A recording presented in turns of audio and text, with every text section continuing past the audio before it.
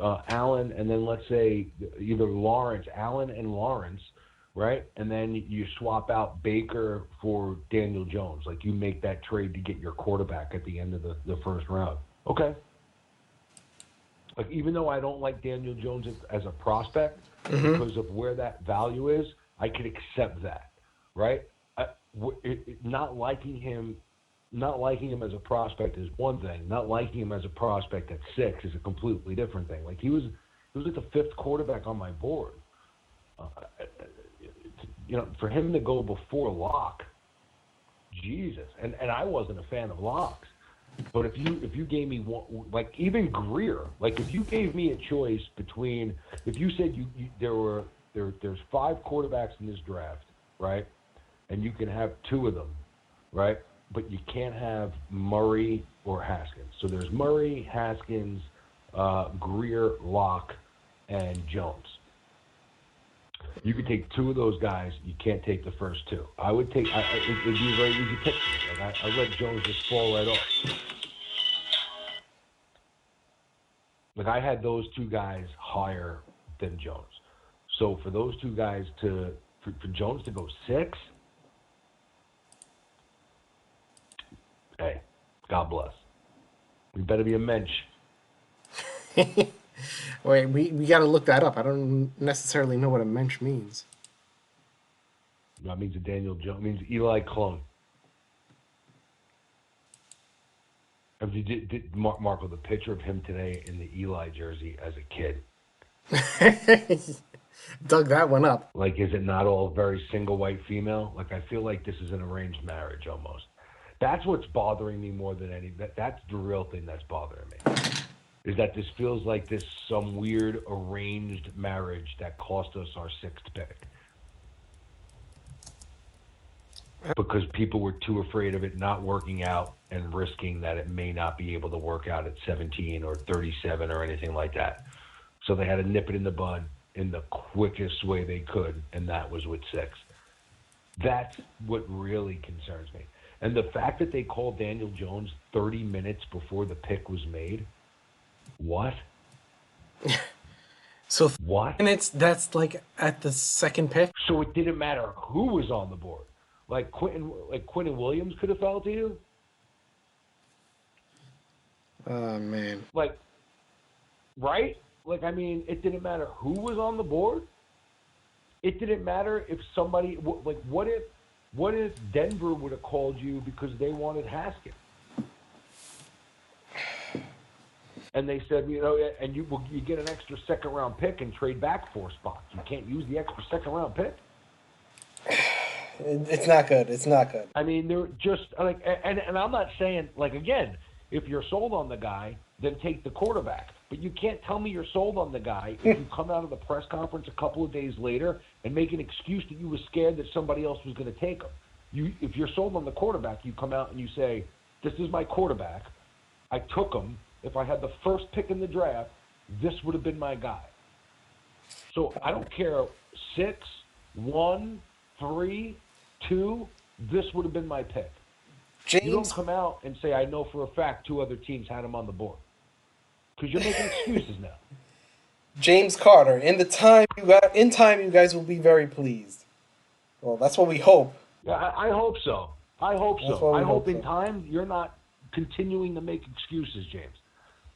Steve M, you're going to love this. Did you guys see Francesa? I don't think Eli is aware of being this pick at 6. We did see, we are aware of the situation with Mike, with Big Mike and Gettleman. Big Mike. The Big Mike Gettleman feud. I love it. Amazing for me. I am enjoying every minute, and I can't stand Mike, and I can't stand Gettleman. So like this is like each one of them just digging the hole further for themselves is beautiful. It's gorgeous. When Francesa called into Gio and Boomer, man, that was so funny. Oh my God! What was really great is that I called in that morning because I heard them talking about Gettleman and Francesa, and how Francesa had his thumb on the team, and they actually referenced the Silva podcast and all that shit. Mm-hmm. So I picked up the phone and I was like, "Fuck this! I'm calling in." I was like, "That's why Mike's pissed about Valentine. He's pissed because Gettleman went over his helmet. Like Mike doesn't have his pulse on the team anymore." So I called in. He went over his helmet. They didn't even ask me.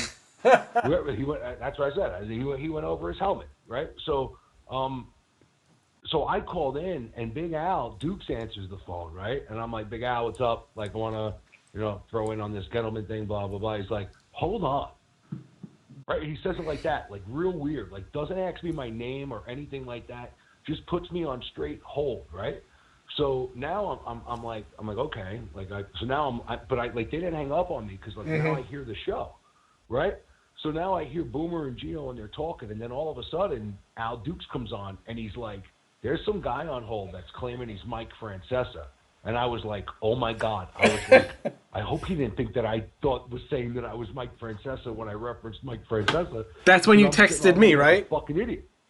That's when I texted you. I was like, I'm on hold right now on FAN, right? And then all of us, because I'm like, if you follow the history of Mike Francesa and the morning shows, like supposedly Mike doesn't listen to the morning show, right? And sometimes people will call in impersonating Mike just to get on and shit like that. So I didn't know if Al thought when I said, "Hey, listen, I heard you guys talking about Francesa," or whatever was going on, he just threw me on hold. So now I hear them talking. And then all of a sudden you hear the fucking Pope's voice, right? And I'm on hold listening, and let me tell you something. It was great. I enjoyed every second of it. It was beautiful. It was crystal clear. I had no static, and it was phenomenal. Those two, though, should have went at him a little bit. Did you hear it? I heard it. Steve M said it was like old school. Like if Francesa called into this show, we would be screaming at each other. We have you two screaming at each other. That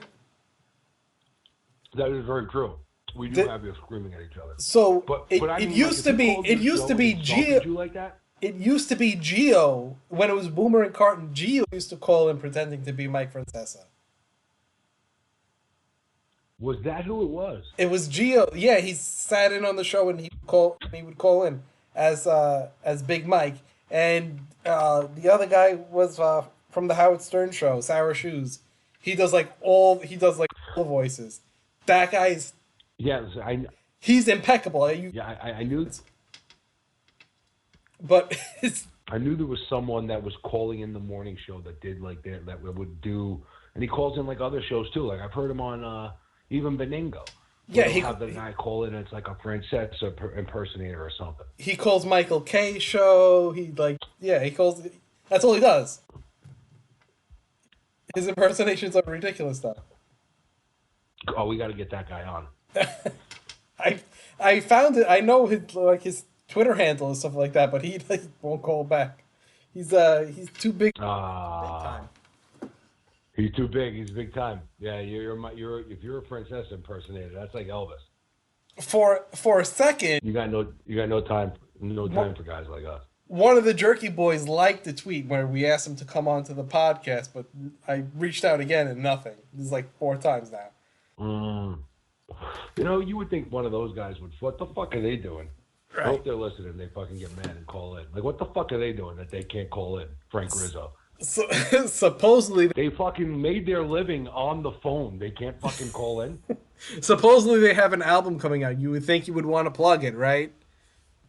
You would think that you would want to plug it to a bunch of old fans, right? We got a nice following here. There you go. Probably a lot of people our age, probably a lot of younger people who aren't aware of what they do, mm-hmm. right? So they would be getting the old cats in it, and then think about it, right? That if I listen to it, we're gonna fucking, if it's hysterical, we're gonna talk about it, right? So I don't know, free advertisement, whatever.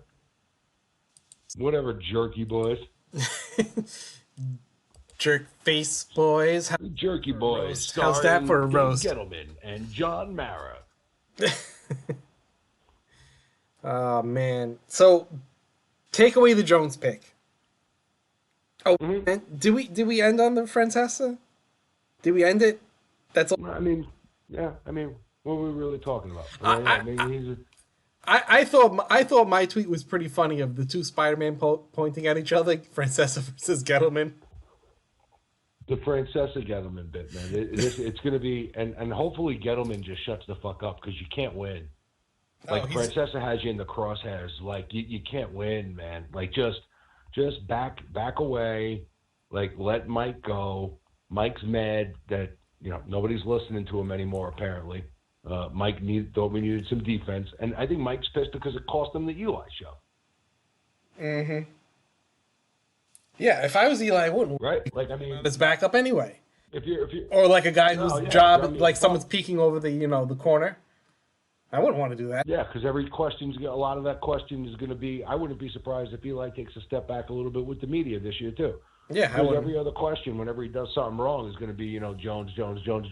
Yeah, he has a And I right. think that was the reason why maybe they didn't. Yeah, and that's why I said I think that this has the potential where if they don't play good, because if they have can you see Eli sitting on the bench for 10 games? I can't. And if he is, you're paying him $23 million. I don't know what I don't know what he's doing, man. I don't. Right? Like I mean, it makes like if you can't play him 8 games, you just paid him $23 million. I said. Like he has to play. You got to give him a chance to be competitive through into November, right? I mean, during the draft on the podcast when like the selection was in, where he was still bullshitting after. I said if this team goes 0-3, like another one of those shit starts that like they've been doing for the past 7 years, ever, forever, people are going to go nuts to get Daniel Jones on the team. You're right. Nuts. You're 100% right, and he should be. And if you like, to me, like if you drafted him at 6, like just get the growing pains out of the way. Like if you knew you were going to, and this is what another thing that infuriates me is that if you believe Gettleman that you watched film and you went to the Senior Bowl and fell in love with this kid, why is Eli on the team? Look at the fury that happened when we had that shit start and they wanted to get Davis Webb in. We're talking about a 3rd round pick, like who's probably he's going to be a veteran backup because they were 1-11, and it was like I understand you have a streak, Eli, but it's time to sit down. We're going to have a top pick. There's 4 quarterbacks coming out. Can we see what we have in the 3rd round pick? It wasn't anything personal against Eli. It's the business of running a franchise. And the same thing should have happened last year, and I think it was going to happen last year with Laletta until he almost ran over a cop. So it would be interesting to see at what point this year that they actually do it. Because for 2 years in a row, they made the move to do it and chickened out. They were going to do it and got bailed out because he almost hit a cop. And then now you got the 1st round pick on the roster. Now there's no excuses. Now, if you start slow, this kid needs to play. And there's he's been inactive for the first 8 games of the season because Alex Tanney's our backup. Like, no. This kid was picked 6th. He needs to be the backup from day one, okay? Mm-hmm. And if Eli shits the bed, he needs to be ready to go. You can't say you're going to sit a guy for 3 years when your starting quarterback is on his last year of his contract. Like, what are you talking about? No, they're going to extend Eli? Yes. I don't put anything past them right now. I think if they find a way to go 8-8 this year, I think Eli Manning's coming back. Like, if they go 8-8 and Eli isn't the problem, and they think that they can win with Eli and retool it a little bit, and they'll let Jones sit again, I think we have a problem here. I don't think anything's off the board. I think if Eli plays well, they won't hesitate to bring him back. I think if Eli doesn't play well, then they have their 1st round pick and can go to Jones. I think it all depends on Eli. And I don't think that they're going to have a quick hook. Because then you're going to have a 2-time MVP sitting on your bench from October. That's toxic. That's bad. And if you're paying him $23 million, that's fucking really bad from October. So it seems like Gettleman doesn't care about money. Signing Odell, giving him Well, no, Guaranteed and you're right. $25 million, He $40 million, and then trades him. he Care about probably the money. doesn't. But prepare for that to be a narrative if they have to go to Jones early in the season because Eli is that bad, right? Like if they have to go to Jones by week 6, and you've paid $23 million to get 5 starts out of Eli Manning after trading OBJ, after signing him and taking all of that dead money. Can you imagine when you could have saved $17 million and taken the $5 million hit versus the cap? Can you imagine the narrative that's going to be thrown out? I mean, how much money is wasted that could have been used to better build the rest of the roster? I hate that. Like, if you take $17 million away from Eli Manning and Daniel Jones is your starting quarterback, right? Do I have a right tackle? Do I have a pass rusher? That maybe now I'm not completely fucking infuriated that we've let Josh Allen just walk right past us. So, like, that's my thing. Is like, it's not really one piece. It's all of the decisions right now that are being made. The one step forward to take 2 steps back. The one move that screams rebuild, and then the next move that screams we're going to win now. Like, they seem confused, and that's a dangerous picture to play. All right, so we'll take the Jones pick off the table, and we'll go from there down. Oh, I don't think the notifications were working on YouTube. Cruising 26. Thank you for the super chat. He said tight end over Ed Oliver is also dumb as hell. I would agree. But that Hockenberg. What did he say? He said taking a tight end over Ed Oliver is dumb as hell. No, it's not. But that Hockey? No, it's not. He's a player though.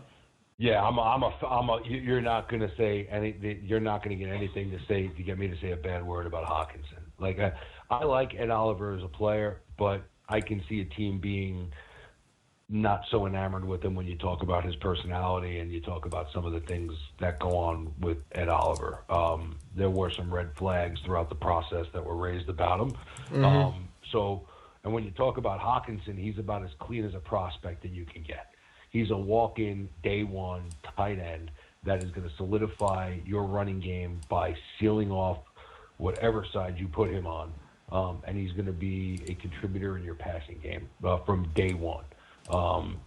So I think Hockenson, I told you from day one. Remember, man, I told you I was all on Hockenson? Yeah, no. I had the Giants taking him at 17, and I got fucking lambasted. They were like, you think Hawkinson's going at 17? I was like, I don't think he's going to be on the board by, like, out of the top 10. And I got laughed at because he was a tight end. There he goes. So, yeah, I like Ed Oliver. I'm not saying a bad word about him. I think he's a good player, but don't sleep on Hockenson and circle him in late in your fantasy draft, and you won't be disappointed. All right, so besides the pick of Jones, who's up next? Dex, right? What did you think of that one? Dex. I like Dex. I think he's a good player. I think at 340 pounds, you're not getting a guy that's going to play on third downs. Supposedly he's going to try to lighten. Dex pick. Supposedly he's going to try to lighten up. I don't like the. I don't like the pick. I don't know that I want him to do that because he's very good at what he does. Like, he's a very good run stopper. I think it'll move Tomlinson back over to the other end spot. I don't hate the pick. I would have rather Sweat there. Mm-hmm. Or Dillard. Those would have been the two guys that I would have had circled and pegged up before Lawrence. Not saying I don't like the Lawrence pick, just saying that I had two guys, Sweat being one of them, Dillard being the other one, that I would have probably have pegged before Lawrence. But Lawrence is a prospect. He's going to be a really good run stopper. You hope that he could develop into a little bit into of a 3-down guy. Yeah, good kid. Yeah, good kid. I mean, there's nothing wrong with him. He's clean. But didn't he have a PED thing? thing? A matter of some of the other guys on the board to me were more. I think he had a little PED thing going.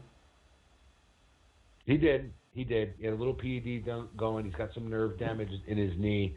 Obviously, it's not something that they're concerned about. Mm-hmm. You would think that they've, God Almighty, cross your fingers. You would hope that they've done their due diligence. And not saying anything like I said, Sweat may be a guy. We all know the issues about Sweat. So, don't, Mm-hmm. I'm not sitting here banging on Right. Dex, and then I'm going to say, Sweat is clean. Like, Sweat has his concerns as well. I think if you're talking of the three of the guys that I mentioned, Dillard is probably the cleanest prospect, and huge position of need tackle for us too. So, Not again, bad on that. I like Dex. I wasn't thrilled with the pick. Solid pick. I think there's guys with better upside. Hopefully, I'm wrong, and he shines. What do you think about Baker? I love.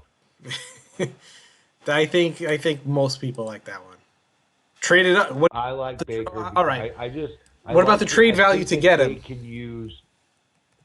I don't like that, but you had 12 picks, right? So you got your QB there because my case was to get Allen, another solid player at 17, Sweater Dillard, and then move the picks to try to get up and get the quarterback if Jones or Locke are your guy, or Greer, one of those three. And in this case, it would have been Jones. So I can't. You recognize that there was a player. I would say that sometimes you're giving up that much to move back into the first round to get that extra year option. Usually that's for a quarterback. But how does the quarterback class? Baker, they liked him. The kid is locked down the corner. He comes with a lot of swagger. He comes with a lot of attitude.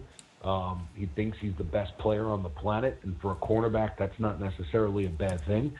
I think there's a lot to like about Baker, and I would hope that he can infuse a lot of energy into this defense.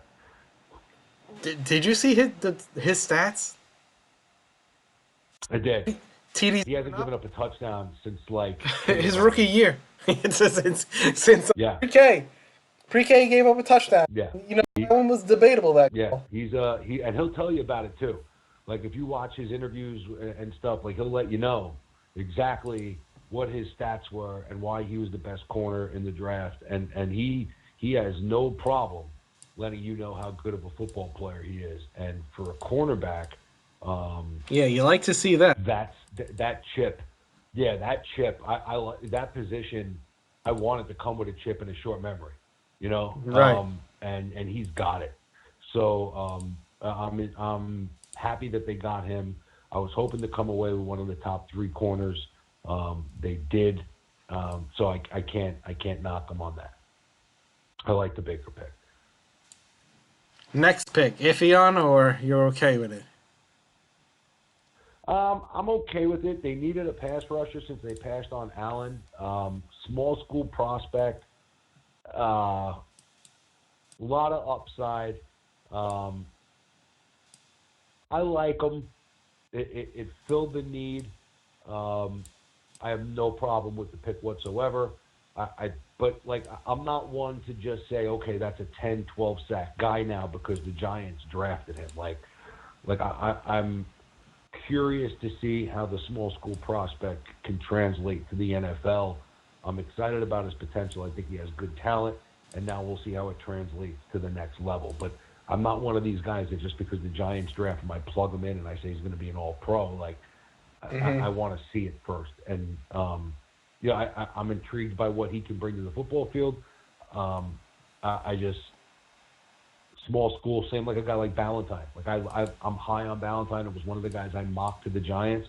I thought that he can give them help as the corner and safety spot because of his physical traits and the physical tools that he has. But I don't know if that can translate to the NFL yet. You hope that it does, but it's not a guarantee. Yeah, but right now I think he's probably. I don't know, where does he fit now? Special teamer and put him in? Who, Ballantyne? No. Oh, Shane. Oh, I would say that he's going to compete. I'd say that with the lack of, I don't see many guys that can get to the quarterback. Yeah, I know. So if the kid shows the capability to be productive in the blitz scheme and he picks things up and you can put him in situations where to best suit his talents, hopefully you can get some use of him as the season progresses on the defensive side of the ball. I think for a third round pick, you're hoping that you're going to get production this year from him on the defensive side of the ball, much like they did from, like, say, Hill, Lorenzo Carter, a guy like that last year. So I think that they would hope that, as the season moves along, he gets better, and that they can use him productively on the defensive side of the ball, not just special teams. Call 30 minutes early. Conspiracy theory. No proof. I just got tweeted. Hold on. We have some people. Oh, God. We have some peeps on the line. Let's see what they're saying. Okay. 478. What's going on? Did you just tweet me? What's going on, fellas? Nah, that wasn't me. That wasn't me. All right. Hold on one second. Hold on. Let me just run through the line. 985. Did you tweet me? No. What's up? Hey, what's up? How are you? Good. What's How are up? you? Hey, What's your name? Where you calling from? This is Glenn from this is Glenn from the NYG Underground. Hey, How what's you up? Good. What's up? Hey, what's up, Cap? There, how you doing, Cap? What's up, buddy? What's up, bud? I'm glad I tuned into you guys. I just sat down. I got home. I was away last week, so I didn't see the press conference, but I saw our buddy Full Bloom Love on the TV, and I had to shut it off. And I had to call you guys.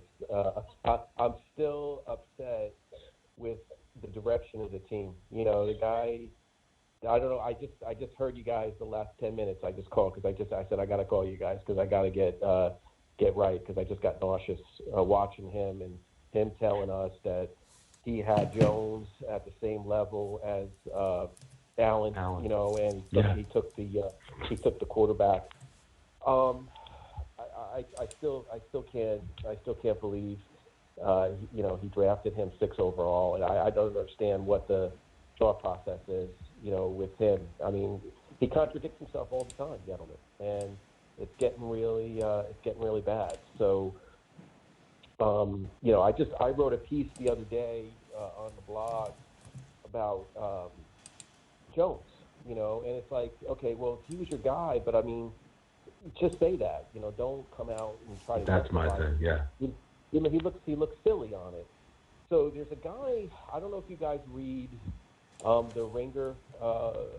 It's a publication that Bill Simmons, when he split away from ESPN. Yeah, we know it. Yeah. Well, he had the guy. Okay. Well, he had the guy on there, Kevin Clark, who's really good. He's cerebral. He came from the Wall Street Journal. He writes a lot of good articles on there about analytics. And our buddy Gettleman, pretty much bristles at analytics. And he just goes on feel and he covets guys. So Gettleman really, he doesn't know how to run a draft. I mean, that's the thing that he doesn't understand. Like with football and value of players, I don't understand how he came up with the fact that Jones, who really no one other than maybe Gil Brandt said that Jones was a quality quarterback. I didn't hear anybody. And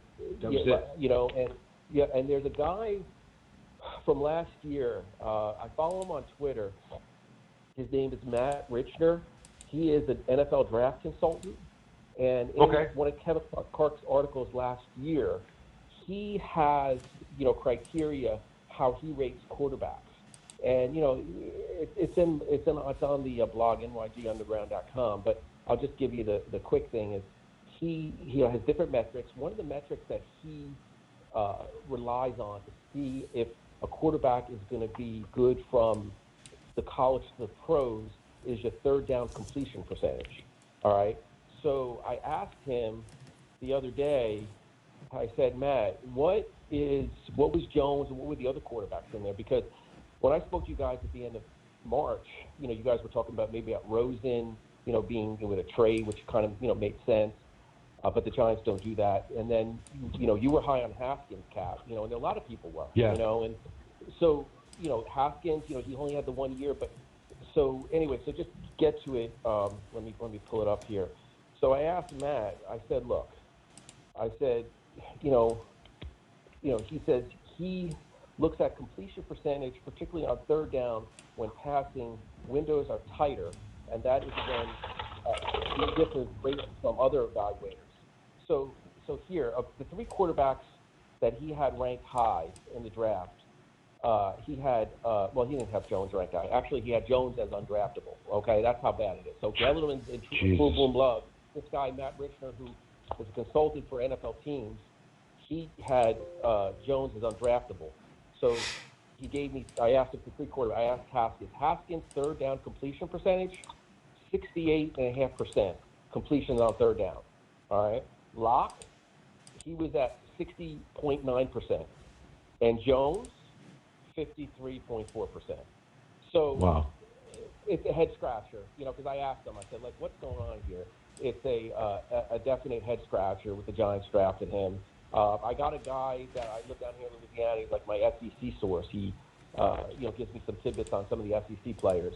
And he called me that night, and he said to me, Glenn, the Giants are a disaster. Now, these are guys on the outside that don't cover the team, and they're like trying to figure out what the heck is going on with the Giants, and so these are some of the things to think about, when we talk about the Giants and what their plan is. And look, and the thing is too, people are saying, well, why did he keep Eli? That's the other thing. Okay, if you're going to draft this guy, you play him. He's your franchise quarterback. So there's a lot of things that don't make any sense here, with how they're operating at this particular point in time. That's my problem, Glenn. I don't understand. It seems like it's 1 step forward, 2 steps back. You trade Odell, you bring in Golden Tate, you bring back Eli, and then you draft Daniel Jones at 6 after you told me how bad the defense was for months and months and months in a defensive draft. The guy's sitting there for you, and you let him go right past you. So it's frustrating right now to be a Giants fan, and when you look at the prospect Daniel Jones, like I told you, Mark, to me there were more people that had him late than early. Him early. Yeah. And that's my concern, is that was the Cutcliffe Manning type connection. Yeah. All they needed, and they had to arrange this marriage like that, and they weren't going to wait for anybody else. That was their guy. All right, Glenny. My concern, it was their guy for the wrong reason. All right, Glenn, I'm going to throw you on hold. We got full lines up. Let's go to the next one. Ready? 516, what's going on, brother? Where you calling from? Call from Massapequa, man, Long Island. Massapequa. What's up, going on Long in Island? Massapequa? Tell me what you think about this draft. Yeah. Honestly, I think that besides the head scratcher really there at number 6, I was pretty good all around. I like Baker. I like Dexter at 17.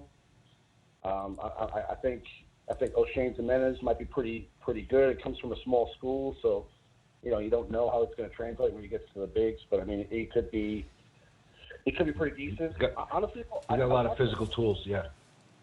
I watched a lot of video after. Listen, I wanted to sell myself on Daniel Jones after the draft. We all did the same thing. I've been there.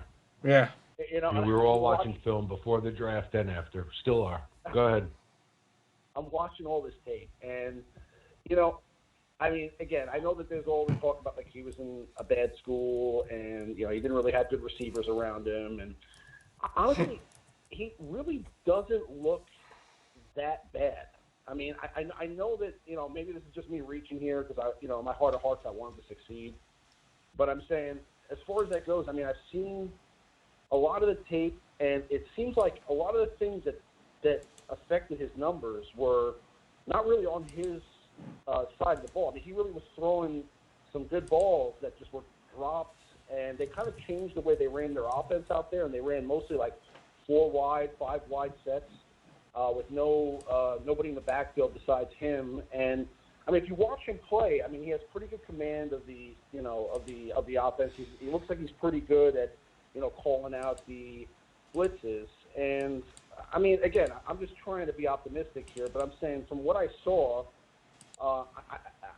I think that if he had played, let's say, at an Ohio State, like Dwayne Haskins did, I think that maybe he wouldn't be the same player all around, and maybe he wouldn't be throwing 70% for 50 touchdowns with 8 picks and all that. Let me ask you. I mean, here's the thing, right? I mean, he walked on to Duke. Like, we've seen guys transfer before. If the talent was there, would somebody have found him?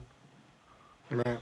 Like, somebody would have he would have transferred somewhere. Now again, don't get me wrong, because I agree with you to a point, okay? And I've gone and I've looked at a lot of his film, and I've tried to sell myself on the receivers dropping the ball and all of those good stuff, and try to sell myself on his toughness, and try to sell myself on the fact that it looks like he does, for the most part, make pretty good decisions with the football. When you watch his bad plays, when you watch some of his progressions, when you watch all of his film, the good with the bad,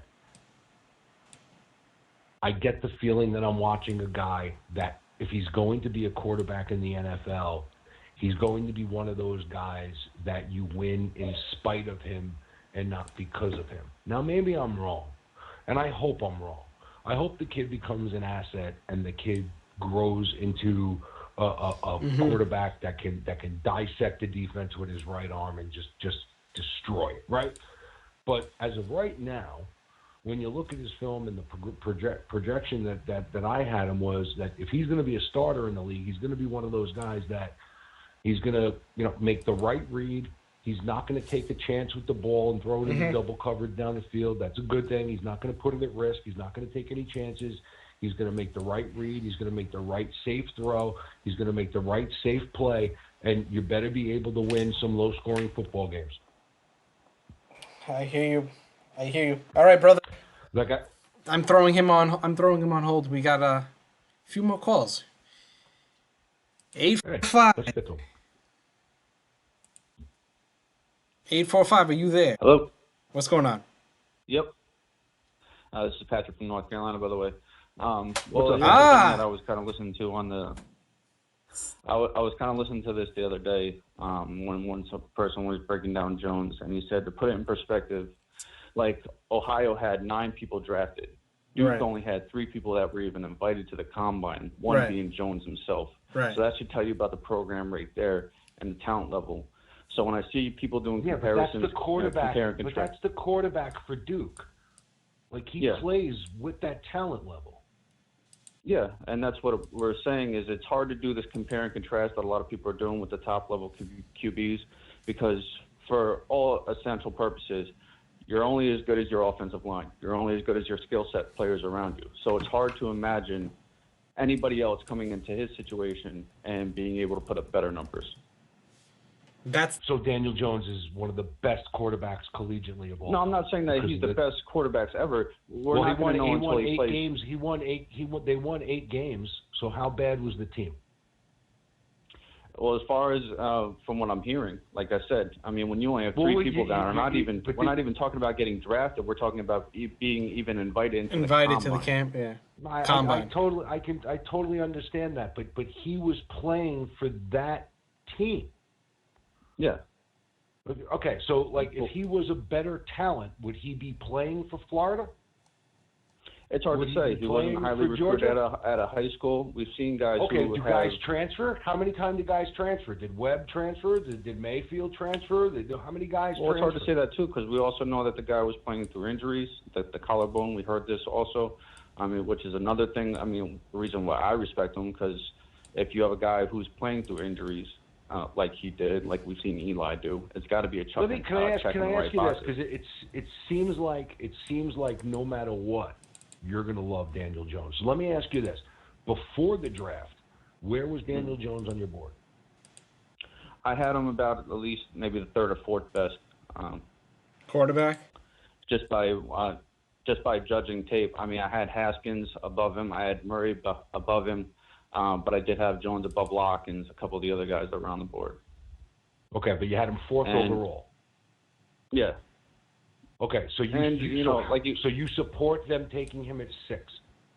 No, I'm saying that if they fell in love with him, and it seems like every indication seems like they did, and they knew going in if they went for a quarterback. By get him? I can't speak for Gettleman. What I'm saying is, I understand. That's the issue.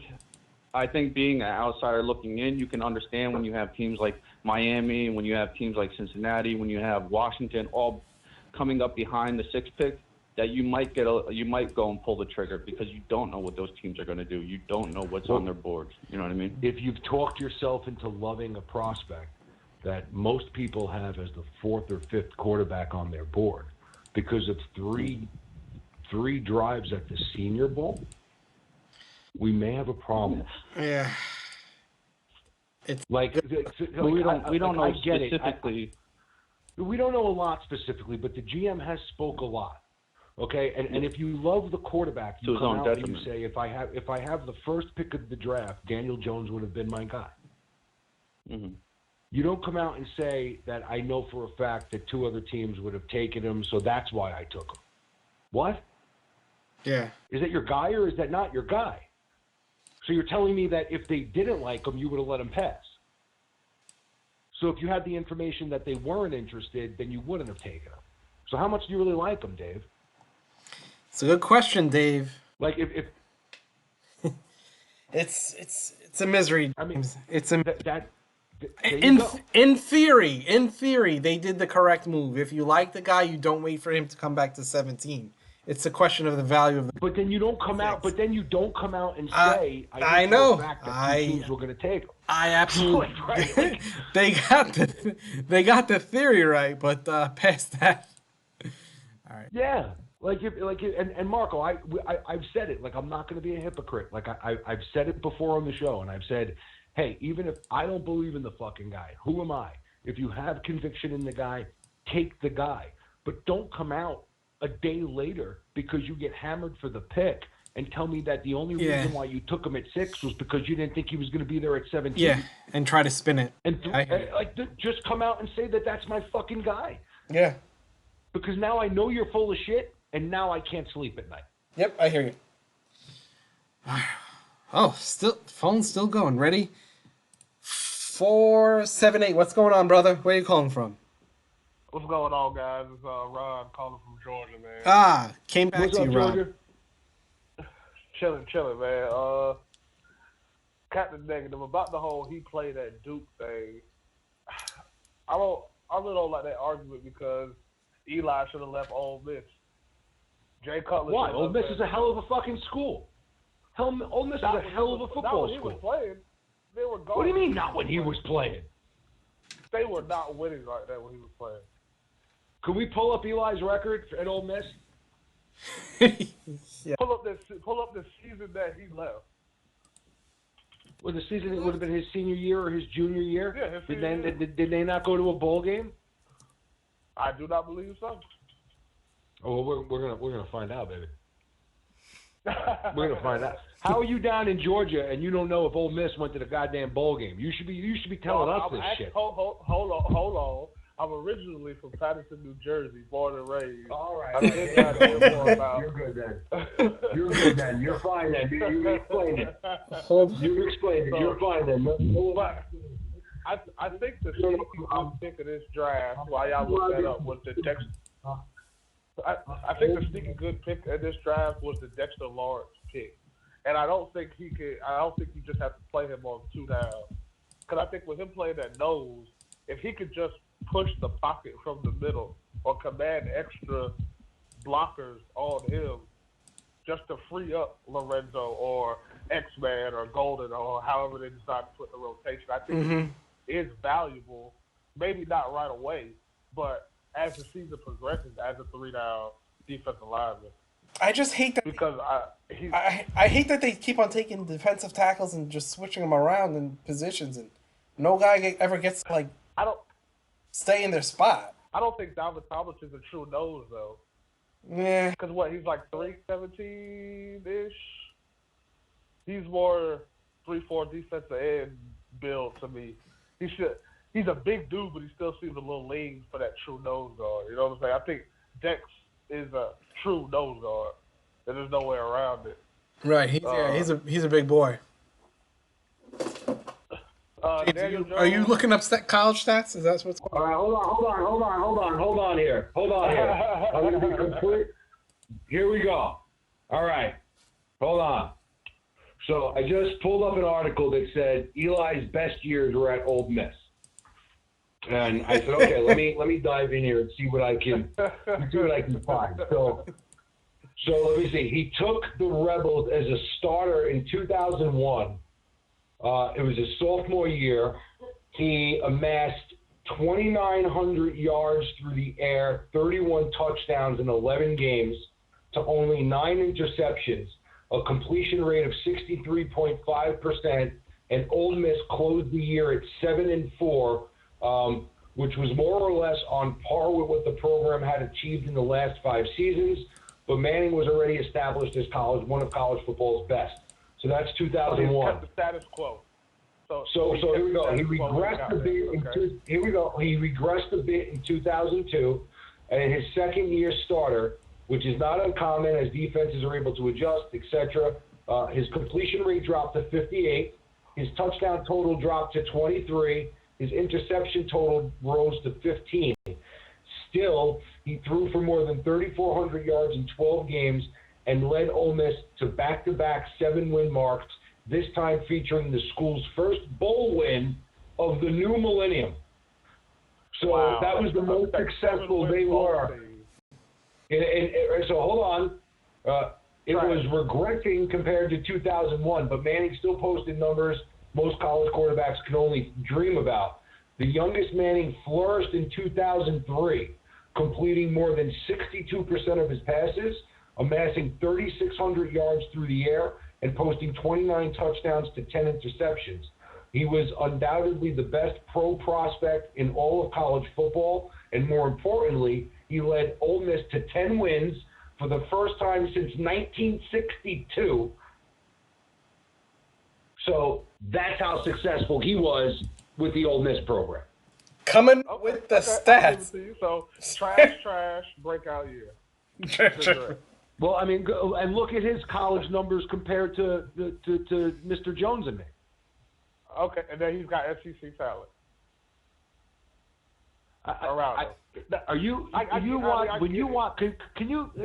Seriously, the Jones defenders, did you watch this guy before the draft or after? I did not want Daniel Jones. When we came up, when the pick came up, I said, I was at work and I said, please not Daniel Jones. Please not Daniel Jones. Fuck you Daniel with me. Jones. You were with me. Okay. So are you trying to sell yourself on Daniel Jones now then? Probably. Yeah, we all. Don't worry, we all are. We all are. We all are. All right, brother. I'm gonna throw you on hold. We got a full lit up line over here. That's funny. Hey man, All we all right, are. We're all in the same boat. Let's go with a little 201 action. What's going on, brother? Where are you calling from? It's Al from Jersey. You can hear me? What's up? Yeah, we. What's up, Jersey? How you doing, man? I need to know what the other quarterbacks in this draft class you think have on Daniel Jones. Talent. Because from watching well, tape, at least one did. The only one I would have drafted was Haskins. I didn't want Lott. I didn't want Greer. I didn't want Jones. I didn't want Murray. The only one I wanted was Haskins. Now tell me, what do you think Jones on Ohio State would have had the same production? No. And why is that? Because I don't think he can read defenses like Dwayne Haskins does, and I don't think he can anticipate like Dwayne Haskins does. I also don't think he can feel pressure in the posture like he does. That's weird. That's weird because hearing his coach say he was in charge of protection, I can't. Well, what do you want his fucking coach to say? But why would he lie about? I saw something today. Somebody had a tweet today that said you need to read this article about Daniel Jones. This is everything you need to know about Daniel Jones. It's a whole podcast. An hour of Daniel Jones. You know who was on it? Like his coach, mother, his sister, the coach Cutliff, and him. Like, are you kidding me? But if you watch the tape though, do you see how awesome that kid is on play action? Like I'm coming from an X and O standpoint. I'm watching him. So am I, because he can't. He's very good. He makes the right decision with the ball if the right decision happens on the first read. Mm-hmm. He does not do a very good job of feeling pressure in the pocket. Okay, he keeps selling on play action, great, but is the throw going to be accurate after the fact, or is he going to make the right read coming out of play action?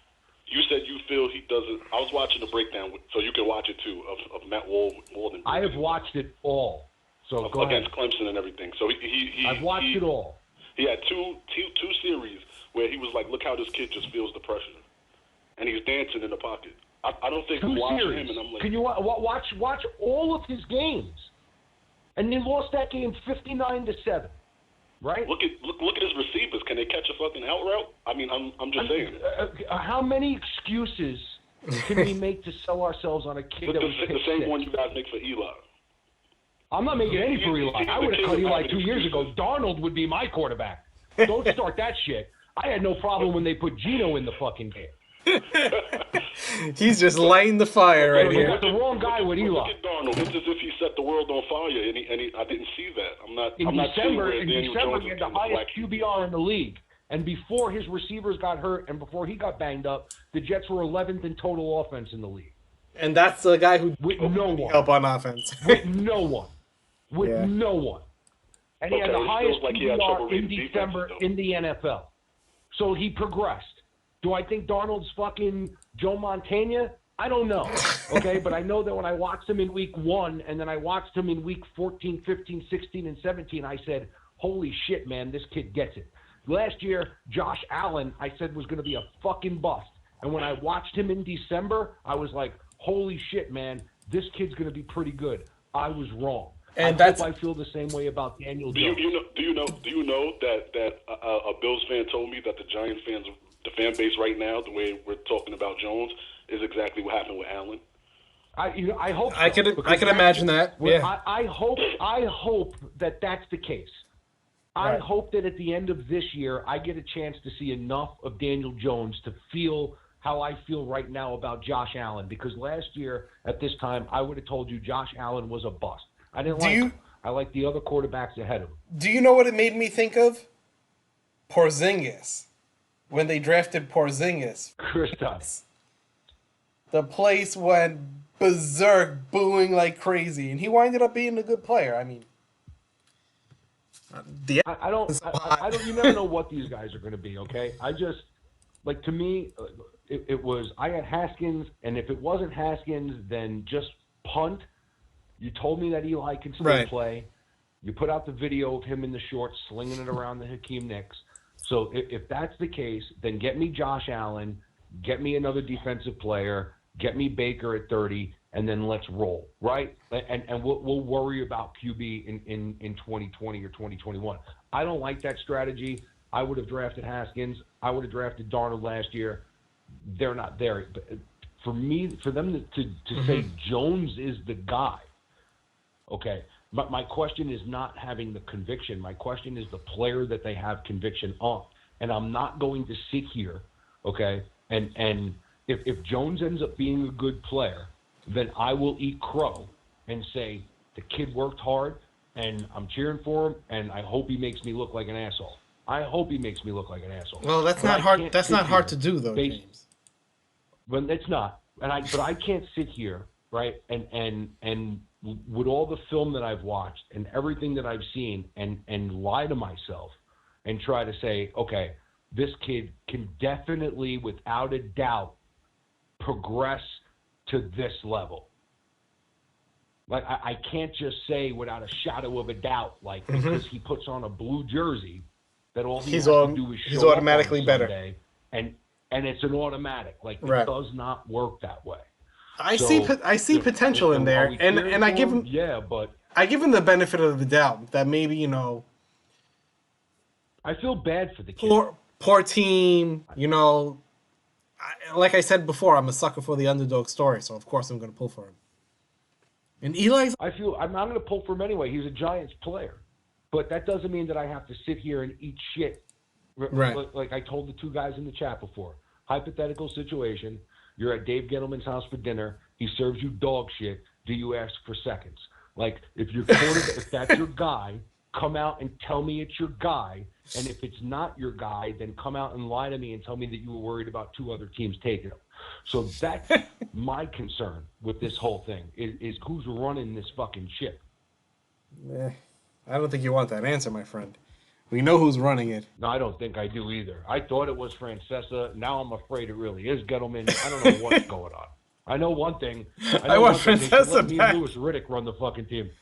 Didn't he? Isn't his proposal on how the Giants should be look so much better? Except for the Barkley thing. But you have Haskins. I still can't understand that. Yeah, but to me, like, I look at it that way, and I could have had Darn. I don't consider a running back, like, I just think I can get one. Like, I'm like, I'll get one. Like, I'll get two later and pair them together. And if my offensive line is right and my quarterback is worth any shit, like, they'll be productive, right? Like, so that's my thing about the running back position. Like, and the other thing is that I had Darnold. Darnold was my guy, man. So, like, that would be my quarterback. Riddick would have went the other way, but the fucking team looks a lot better with Riddick running the ship than it does with Gettleman, does it not? Tell me about it. All right, I think we were up to Love. What do we think about Love, cornerback, Notre Dame? I like Love. I think that he can step in right away and play the slot. I think that he's another guy that gives you depth and could potentially move to a safety spot if you needed him. That was the next question. That kid might have been the steal of our draft. I think I thought that kid was going to be a second or third round pick. To get him where they got him, I was quite happy about that because I think that he's a step in slot corner from day one. And we've spoken about this in the past and moving up to last year, where we talked about guys like D Squared and some other guys they had on their roster. And because if you don't have guys that can cover in the middle of the field, forget about it, right? So the fact that they recognize that as an issue and shored it up with a guy that can step in day one, play the position, and play it well, you got to be happy about that, especially when you get him in the fourth round. Who's next? Connolly? Don't know what to make of that. Like, I saw people saying that Connolly projected to a special teams player. Right. I don't know. Like, I don't know that they see him as that. Like, I think that they see him as a guy that they can use. Like when I look at Connolly, I look at him saying, okay, well, I think, how is this guy fit? And I think of Betcha. Because one thing Connolly does very well is blitz. He has amazing timing. He's very smart. He reads defenses very well. He has great anticipation for a linebacker. You watch his film, and he's in the backfield a lot. So maybe they're thinking that with the scheme that they play, that he's a guy that they can use much like we spoke about before, where, certain packages and certain blitz packages that guys may thrive in, where maybe we're not looking at said starter bench players, but more package situational type players. And I think that they're thinking that they could use him in a linebacker spot in blitzing situations from day one and try to put some pressure on the quarterback. Yeah, I don't know much about him, so I can't really. He's a solid linebacker. I think he had 80 tackles like a couple of years in a row. He's a solid tackler, good anticipation, really smart guy, and he blitzes really well. And that's what, when I read about him and I looked into him a little bit, admittedly, I didn't look into him much before the draft. It was more after it. But learning about him and watching some of his film, it looks like that he is more of a scheme fit for them.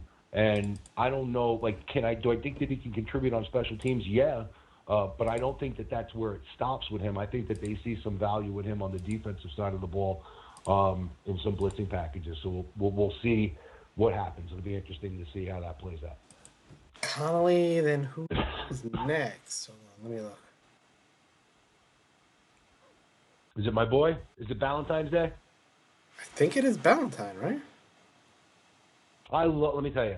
Okay, so I think did I show you No, the no, video? no. I think I No, showed it's you the not. video. It's not. It's Who did we miss? Darius Slayton. Slayton. Yes. That's a kid that was not used nearly the way that he should have been in Auburn's offense. I don't know that anyone can tell you what Slayton is going to be, because I think that you're just looking at a bunch of physical tools right now and some raw some rawness on film. From a lot of physical talent, he's a burner. He's a guy that can get downfield, but I see him as a project with a lot of potential because I think that he was untapped at Auburn, and I think that he's going to get a whole new route tree, and it's going to take some time for him to learn that. But he has the talent to do so, and there's a lot of upside there. That kid can fly. What's your like a 4.39 40? Yeah, he was pretty, and he has some size to him. Yeah, no, I mean he's got talent. It's a matter of how that translates now, coming from a team that didn't really throw the ball a lot, now into the NFL. Learning that, the timing, the routes, all that good stuff. I don't think that happens in a day. I don't think that happens in a mini camp. And receiver is a tough position for rookies to catch on. Maybe he flashes this year, a couple of plays, a couple of packages. That's what you hope for. Maybe he gives you some value special teams wise. And hopefully he develops into a solid wide receiver. Now we talk about your boy. My boy. So I think it was March 16th or March 19th or something like that. I put out a video where I was doing one of those mocks. Right. And I think I got to pick 132, and I took Corey Ballantyne. And before the draft, I fell in love with this kid while I was doing some mocks and looked into him. Small school kid. There's not a lot of film that you can find on him. But the film you do find on him and what you read about him is really impressive. Played free safety, was a lockdown corner. I had him, when I took him in the mock draft, I honestly took him projecting him as a free safety. Like, I didn't see him as a back. I think in the mock I took another cornerback with him where I wasn't really depending on him to be a cornerback. I think that he's an athlete with speed that can play sideline to sideline, has good cover skills, good size. I don't know if you can line him up on the outside one-on-one in the NFL. Maybe he can turn into that type of guy, but I think that he can play free safety with the instincts that he has a lot sooner than maybe he can contribute at corner. And I would hope that would be the way that he can, well, first, hopefully he gets healthy, and then he can find his way on the field, whether that be depth cornerback-wise or at the safety position. And another guy that should contribute some via special teams. But I like Ballantyne. He was one of those kids that I had penciled in.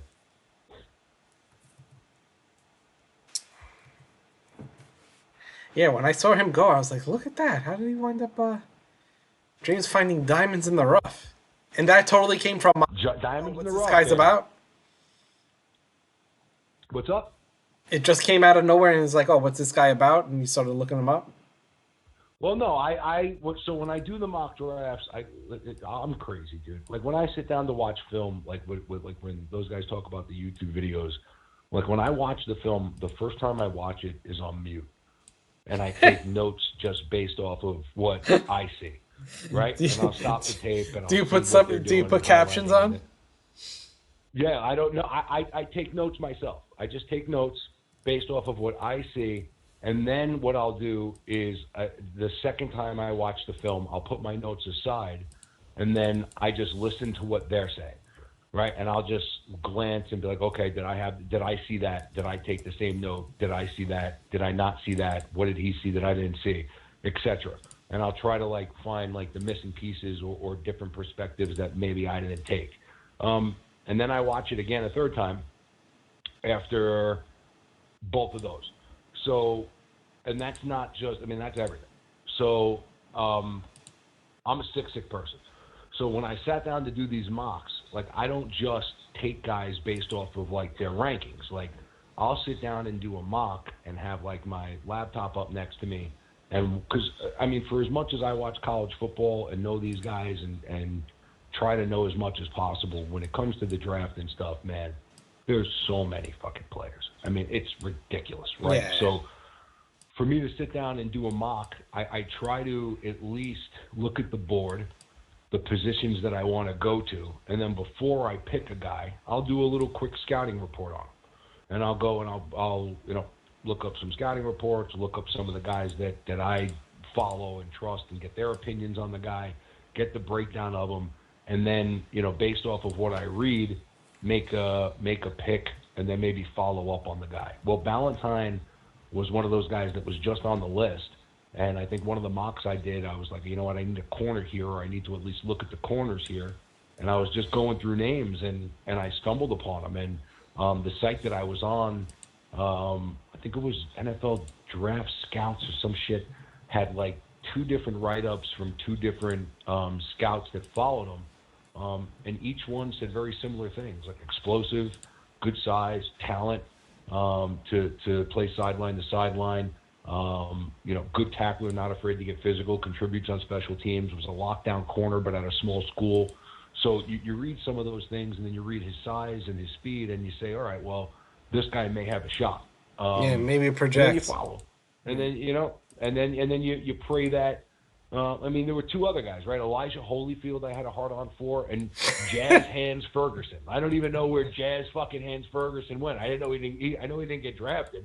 But you find these guys and you look into them a little bit, and like I'll tell you, I'll look into Jazz Hands and try to find out where the hell he signed with. But like that's a guy that's a 6'4" something wide receiver that can run like the wind blows, and was playing at a small school. So you just try to find guys that you think may project to the NFL that have some talent, and then see if you're right.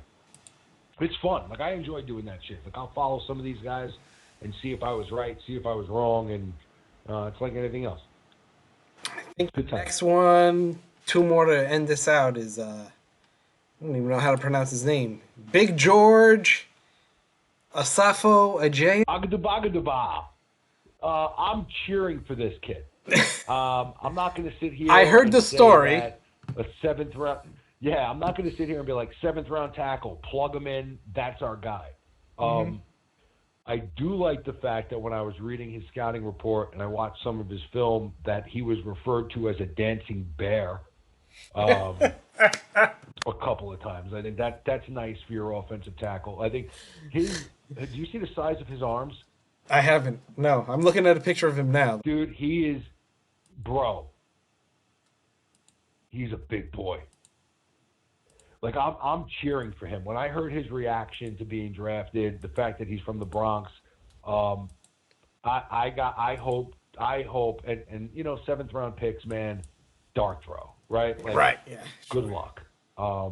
But if there's gonna be one, every now and then you get an Ahmad Bradshaw. I hope that this kid can find his niche physically. I mean, just look at him. 6'5", 315. Tackle in the NFL. Yeah, I mean, he's huge. And supposedly, quick feet, good hands, gets his hands on you, it's over. Let's see how he adjusts. Oh, his arms are pass huge. Rushers at the NFL level. Huge, Marco. Yeah. Marco, like intimidatingly, like you think that there's something wrong with the pitcher. He's huge. He's wearing a medium Kentucky jersey. Maybe that helps him out too. I don't know, but those arms don't look human. Like I think I showed them. I showed them to somebody at work. I was like, did these look photoshopped? I was like, are those real? Like that's. So I'm cheering for that kid. Again, 7th round tackle. God bless. All the physical tools. Let's hope that he translates to the NFL and can play with the big boys. Yeah, he has a story that everyone wants to get behind. It would be nice. It would be nice to get behind a story like that. Last for the Giants. Yeah. Not Elijah Holyfield. No, not. Unfortunately. Not there he is. Ferguson. Unfortunately. There he is. Tim should be on. He's a Syracuse boy. Oh, Tim should be. Then I reserve my breakdown. Wait for Tim rounder until Tim comes. Yeah, yeah. We I don't know nearly enough about this guy. We might as well hold off for the Orange Man. for the Orange Man to talk about the Orange Man. Exactly. Oh my God! I said I wanted to only do an hour, and here we are, an hour and 20 An hour and 30. Well, you know, it's the fans. They're calling in. They got things. People are passionate. People are fired up. People want to tell me I'm wrong. People want to People want to yell at defend Daniel Jones. I don't mind. My house was on DEFCON 4 before the draft. People were walking around on eggshells. They smelled the nuclear waste in the air. They knew it was coming. So I had them on DEFCON 4 a couple of days before the draft. They knew it. So what did we learn today, Mr. James? What did we learn? I haven't learned anything. I haven't learned a thing. We learned that... I'm still confused. I hate the fact that in the last 2 years, I'm still struggling with these draft picks. Never before in my life has I have had so much strife of swallowing 2 draft picks in a row. And then this one, I didn't think anything would be tougher than last year.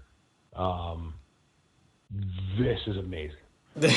So I'm at a loss. Like, I don't know. I think we root for Daniel Jones and hope that he makes everyone look stupid. I got a question for you. Maybe this is gonna prolong us.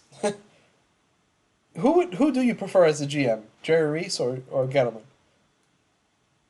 Oh Jesus, Phil Simms. Phil is not. I swear to God, if you gave me, I would hire Phil. If I was the owner, I would go to Phil and I would make him the general manager of my team. If you gave me a choice between those 2 guys, I would throw myself off a fucking roof. I don't know. I don't. Oh man, I don't. I think you would have. I think you would have to say Reese, just because. Here's my. I think he got I you would have there. to say Reese. Here's why I would say Reese. Okay, because I think Reese recognized a lot earlier than other people that the quarterback needed to be addressed, and I don't necessarily think that he was allowed to address the quarterback position how he wanted to. And if you're going to hire a general manager, then let the general manager run the team. And if the general manager and the coach tell you that they want to move up to go get Mahomes, you support them in the draft to go get Mahomes. You don't tell them no because you have Eli Manning on your roster and he won 2 Super Bowls for you years ago. So I think that I would go Reese primarily for that reason, not loving everything that he did. I also understand the fact that when you have a quarterback making that much money, and you have to pay the defense because you need your defense to be able to compete as well, because that was the formula for the Giants to win 2 Super Bowls. It wasn't just all Eli Manning. Right. That defense came along for both rides, right? So I think that what Giant fans don't realize, and I think that what gets swept under the rug a little bit, is that if you're the general manager of a football team and you have a salary cap and Eli Manning is your quarterback and you know that you have to have a solid defense, right? You're going to have to pay some of those players on that defense. And you're paying Eli Manning $23 million. So if you're paying that much money to Eli, there are certain positions that you're going to have to skimp on. And unfortunately, offensive line becomes one of those positions. And you do so because of the fact that you trust your quarterback to be able to raise the level of the play of those around him on the offensive side of the board.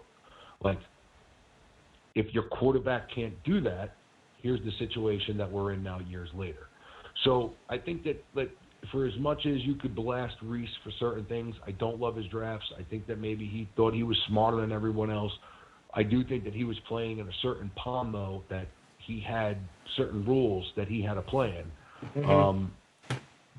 And you need to take that into consideration, too, years later if we're going to talk about the guy. So I would go Reese over Gettle. Yeah, and I can't stand that Boston fucking. I feel like I'm watching a bad episode of The Departed.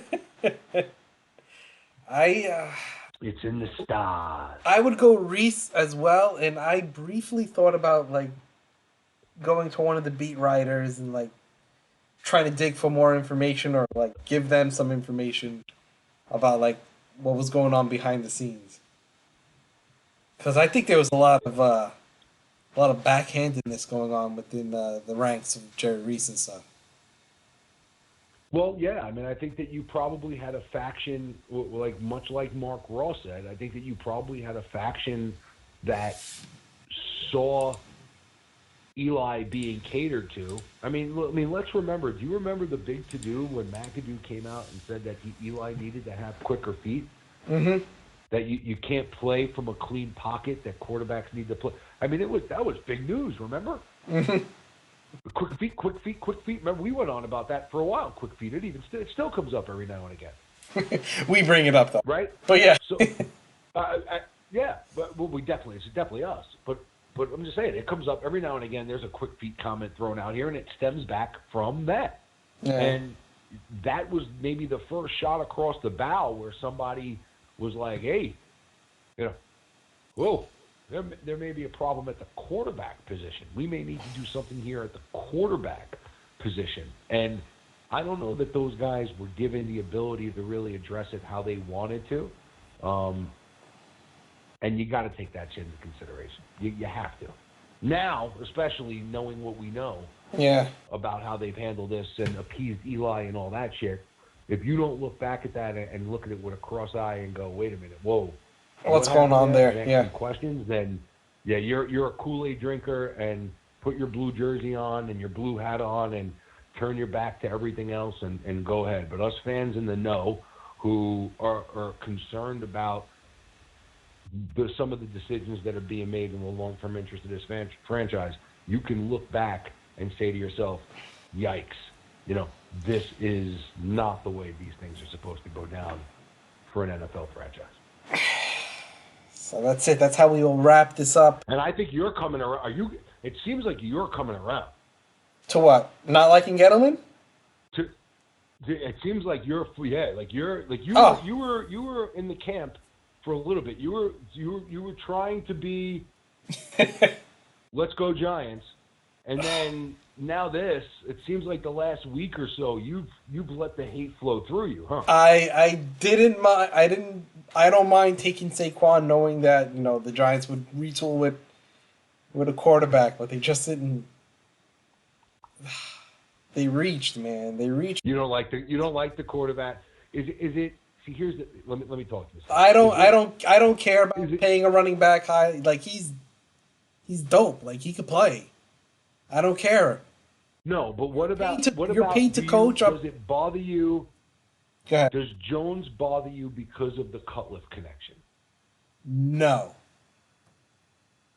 So the arranged marriage doesesn't bother you? No. Okay. I think college coaches have a lot of pull on where the players go. I don't think that does. Does it concern you that Cutcliffe hasn't had any other fucking prospects come out besides the Manning brothers? Like maybe that family's talented and it's not so much Cutcliffe. I never thought of that. That's my concern, okay? He's never had any other prospect come out except the Manning brothers. So it was. Can it be like maybe just the Manning brothers are really fucking talented and a good playing quarterback because like their dad was? It's like it's in their genes. It's in their genes, yeah. Is it that, or I mean, because when I look at like even when you watch Eli's film in college and I watch Daniel Jones's film in college, like to me Eli's markedly better. Like it's not even close. So, like, I don't, and for someone, Gil Brandt, like, come sit down with me, please, for the love of Christ, and show me where, as opposed to just his stature and maybe how he throws some passes and the way he looks, you show me where this fucking kid looks like Peyton Manning. Please, Gil Brandt, come, please, I'll do it via FaceTime. Explain to me where you see Peyton Manning in this fucking kid. I think Gil Brandt works for the Redskins. Leak that information out there. I'm going to put it out there. I think Misinformation for the Redskins, and I think the Redskins. Let me tell you something. I think Daniel Snyder. They had the hell of a draft. Let me tell you something, dude. I think you don't think it's funny the two picks he wanted went to the Redskins? It makes me absolutely sick to my stomach. the two picks that I projected, Haskins and Sweat. And when they let me tell you something. When they announced the trade that they traded up, you're like, oh my god. I knew it. I knew that the Eagles. First of all, I thought the Eagles were getting Sweat, right? Mm-hmm. And because there were two guys that I wanted at 17, and it was Dillard or Sweat, right? So when they took Lawrence, and then to watch the rest of it, when the Eagles traded up, I was like, they're getting Sweat, these motherfuckers. And they took Dillard, and I was like, fuck you. And then the Redskins. And I was like, oh, Jesus Christ. This is the worst. Come on, man. Like, this is the fucking worst. Like, I felt like Truman. Like, Jim Carrey in The Truman Show. Like, I feel like people like this fucking just watching me, like, wanting to kill myself over this stupid shit. Man, I am glad that this is behind us. You know what's going to burn my ass, right? The Giants. I don't think this team is as good as they were last year. I think this is the worst team, actually. They're gonna have another 3, 4, 5 win season. They're gonna be right back in this position. Let another gem bet. And they're gonna let another. And this quarterback class is good. Yep. If all who is they're gonna let Herbert come out, right? And let me tell you, I got. Oh God. This was my nightmare last year, okay? And this is why I can't let it go, because it seems to have gotten worse. Like, when they let Darnold pass, I just saw, like you were handed an opportunity, right? You were handed a quarterback. For him, Marco, did you see what he said about you don't know where you're going to pick next year? Right? Like, we don't know where we're going to pick next year. We could have pick 21. We were at pick 6 this year, so we have to take the quarterback this year. Not really. You're going to get that close again. Motherfucker, you were at 2. I saw that. I know. And if you're going to tell me that you had Jones ranked over Darnold, Rosen, Allen, no, what? What? Excuse me? Who's doing the evaluating? Okay, and if you're going to tell me, God love Daniel Jones, this isn't a knock on Daniel Jones when I say this, but if you're telling me that Daniel Jones and Josh Allen have the same grade on your board, you should be fired immediately. All right, we have a late edition call. Hold on, let's see. Phone lines are still up, sadly. I'm trying to get out of here. Yeah, all right, we'll take one more call before we say goodnight. Last call. Hey. Good night. Oh, what's going on?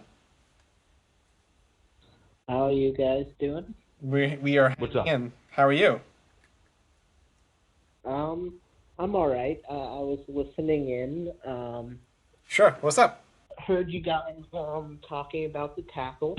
I'm very hopeful. I don't think he could. I think it would be honestly impressive if he somehow managed to be worse than Chad Wheeler. Good point. So I'm kind of hoping that he can earn the starting job. If not, that's going to be incredibly depressing. Right. Well, you know what? You know what's interesting? I'll tell you the truth. You know what it told me? That I think that it signaled. I thought it was weird the way the Zietler move happened, where they freed up that $5 million right before the draft. And when they passed on a tackle through the first couple of rounds, it sort of signaled to me that they may be in the market for a tackle, right? And I know the name Reimers has been out there and linked to the Giants, but something very interesting happened today. And Tennessee did not pick up the 5th-year option on Conklin's contract. Okay? Now, if you remember, He's a little banged up, though, with right? A different regime. They're a little banged up, but if you told me, but so's Remmers, right? Like anybody you're bringing in now at this point who doesn't have a team, there's a question mark about, right? Like either if a guy was cut or is going to be cut, like there's a reason why the fifth-year option wasn't picked up. There's a reason why Reimers is a free agent. He still has to pass a physical. They don't even know if he's healthy enough to even sign, right? So there's going to be question marks about some of these guys. But if you told me that you can get a younger guy like Conklin, who may still have some upside with a change of scenery, a 4-year guy going into his 5th year, where you still may have some upside for a 26, 27-year-old player, Conklin becomes a very attractive option to me. I don't know what his money would be like on the market. I don't know if he'd be looking like a 1-year deal or a multi-year deal. But if you could bring in that guy, okay, I think that now, and regardless of if it's Conklin or Remmers, I think that if the Giants were smart, they would not be resting on their laurels or Big George situation, and they would be looking to add another tackle from the free agency field who's out there. And I think don't be surprised in the next week or so if there's a signing that happens and the Giants address that tackle spot that way. I mean, I don't know. I think that's certainly a possibility, but I'd much rather see if our 7th rounder can pan out.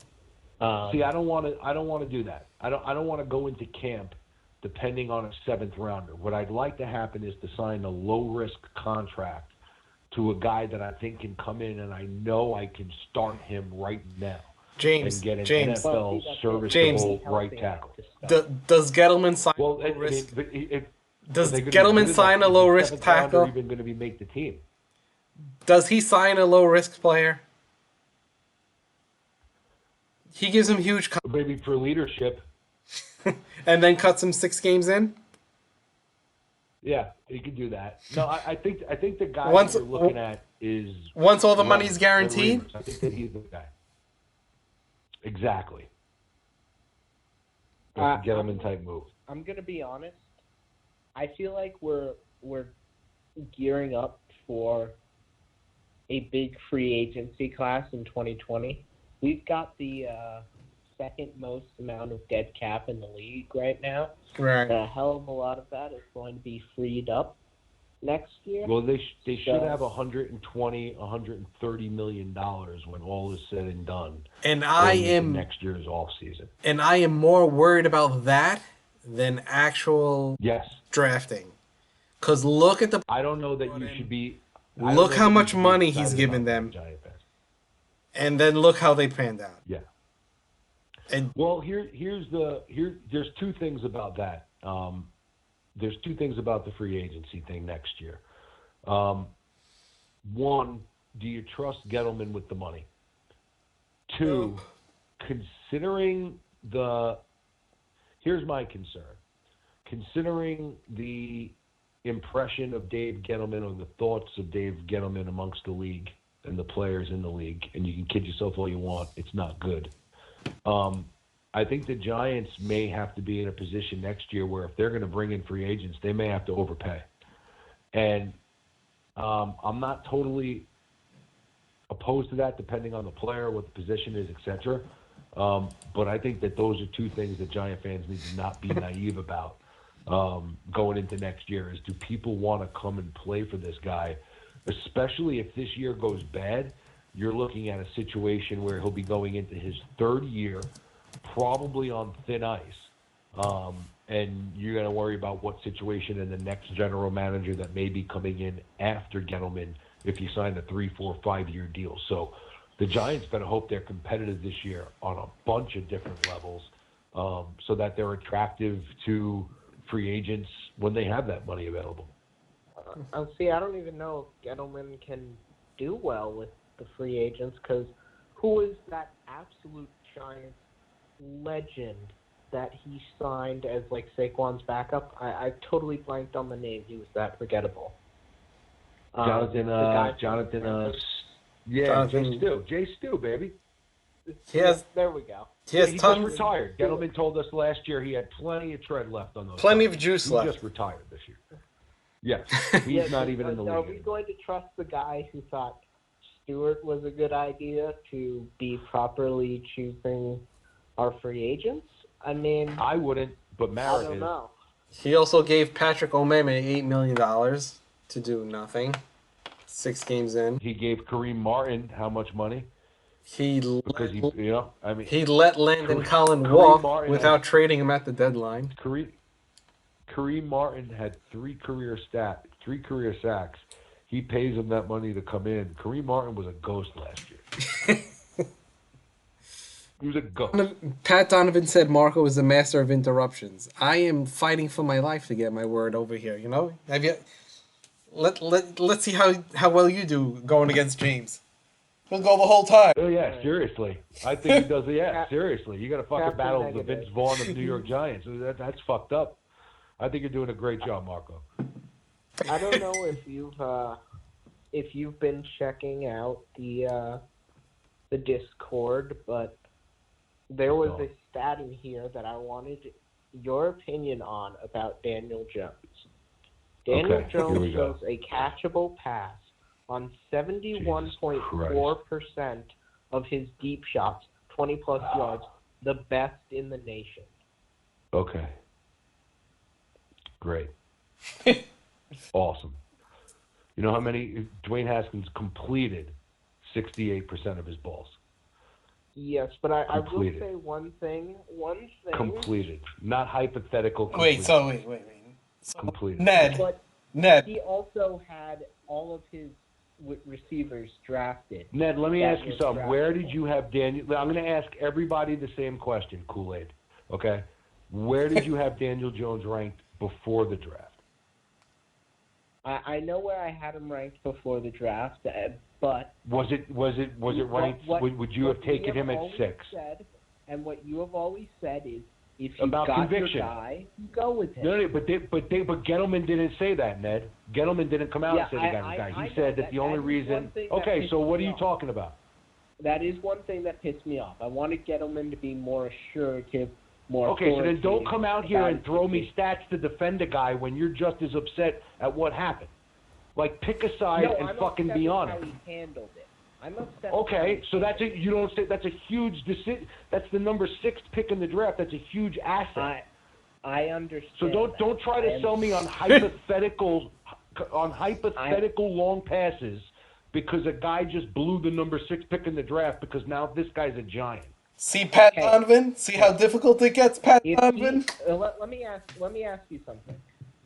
If Gettleman had came out and in full confidence had said, this is our guy, we love him, he's definitely going to be the franchise quarterback, he's coming in for Eli, don't worry about it, we've got a quarterback of the future, authoritative and confident, if that is how he came out in his press conference, would you still be as mad?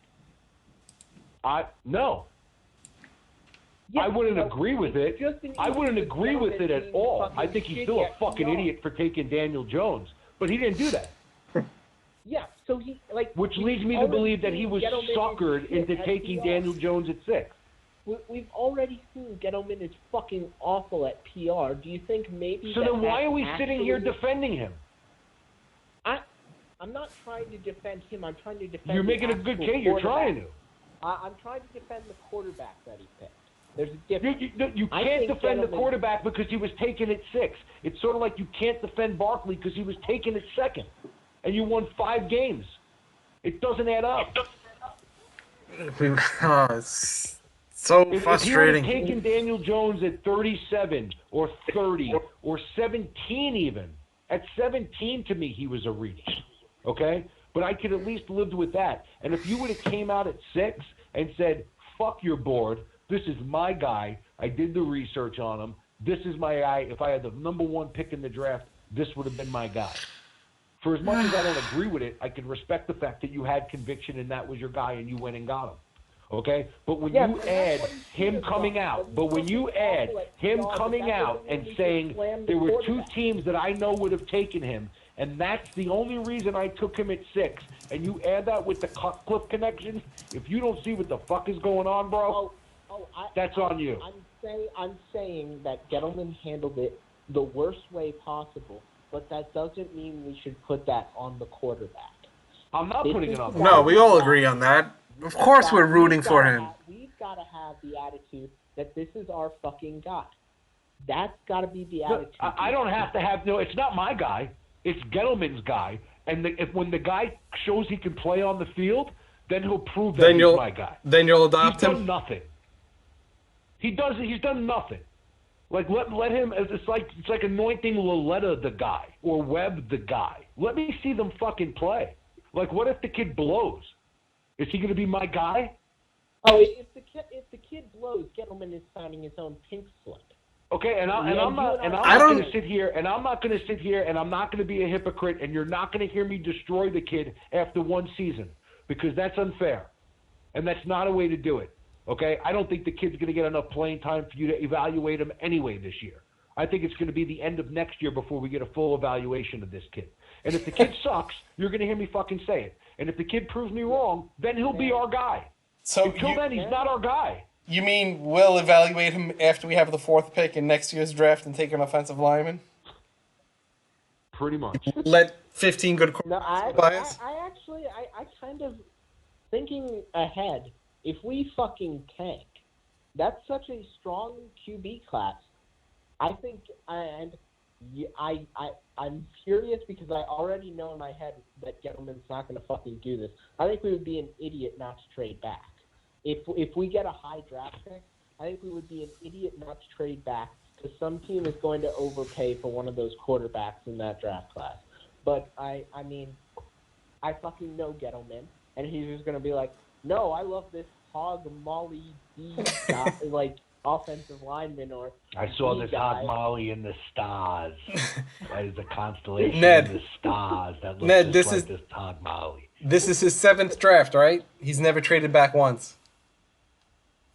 Never. I know. Not once. It's so fucking annoying, and because somebody's going to offer him, like if we have a high pick like 4, 5, someone's going to fucking Ned, his phone's not even like going to be mad. on.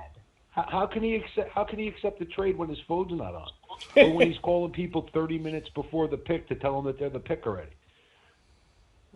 I mean, he's the worst. Jesus Christ! I mean, I thought Gettleman, like basically, I thought Gettleman had me, like, really big fan after the Zietler trade. I was like, hell yeah, that's fucking amazing. And he goes and does that shit with OBJ, and I'm like, oh, you fucking, oh. That was the only thing I've liked. Really? I love the OBJ trade. Yeah, I like anytime that you can get rid of cancer and get remission, do it. I don't mind the OBJ. Yeah, but he got, shitty return for him. Just to me, getting him out of the locker room is a positive. I don't care what you got back.